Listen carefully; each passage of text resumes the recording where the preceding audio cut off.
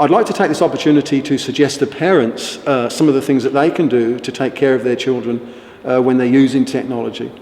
It's important to see that when we're looking after children using things like mobile phones and computers, that parents are not policing them when they're looking at who they're talking to and how they're using this technology. They are supporting them. It's really important that for young boys and girls, 7, 8, 9 and 10-year-olds, that they do not connect to people that mum and dad have no knowledge of. We are seeing a lot of cases around the country where boys and girls are playing online games when they're 7, 8, 9 and 10 years of age, and they are connected to hundreds of strangers.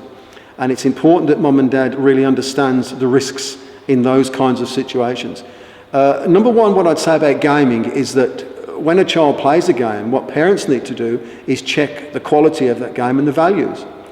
Is the game consistent with the values of the family? What's the age restriction on that game? What kind of communication functionality is in the game?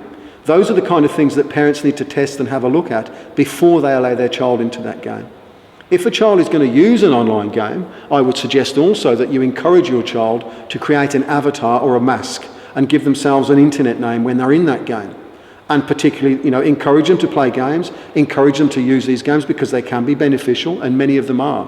But it's important to also give them a strategy to look after themselves if things go wrong. Number one, it is very important that you teach your children not to send pictures of themselves to people that you don't know.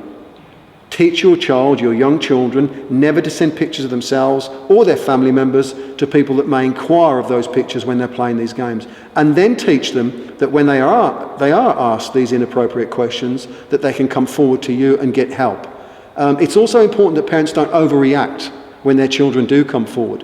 One of the greatest barriers for children to come forward and tell mum or dad something has gone wrong on the internet is mum and dad's reaction to them historically. So we need to remain calm and deal with the issues at hand. I work with boys and girls that are 16, 17 and 18 who are struggling to find even part-time work. What I'd like you to know is that every one of your children will be subject to a Google search by a potential employer or even the university that they go to.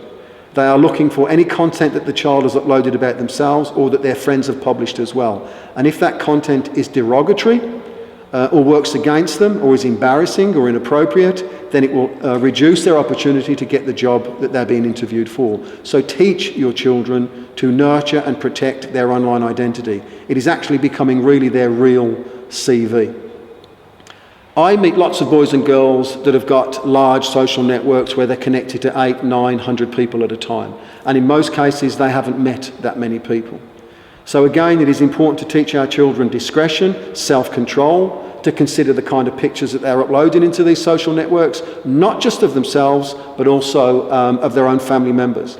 We live in a society today where how we use technology is a shared responsibility. I would encourage you to teach your children to nurture and protect their own identity. I'll leave you with one more tip. If you've got young children, take 5 or 6 pictures of them with your digital camera, and then turn the camera around and show them these pictures, and then invite them to delete the ones that they don't like. The sooner that we give them a sense of ownership and authority over their own identity, the better off they're going to be when they start to use this technology. Thank you very much.